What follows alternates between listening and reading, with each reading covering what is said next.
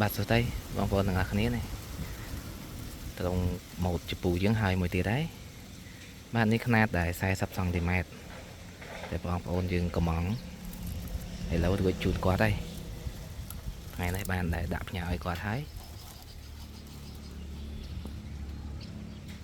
នេះប្រភេទបកងមួយដើមបន្លាស្អិតប្រភេទបដានមិនមែនឈើ3នៅលើកមុនទេនេះឈើតសេក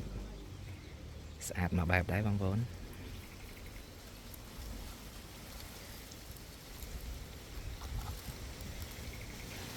ល្មមប្រើបងប្អូនម៉ូតនេះទលាយល្អបងប្អូនដែលស្រឡាញ់ប្រភេទទុកកតុយលលោកបានគឺពេញចិត្តតែម្ដងម៉ូតនេះ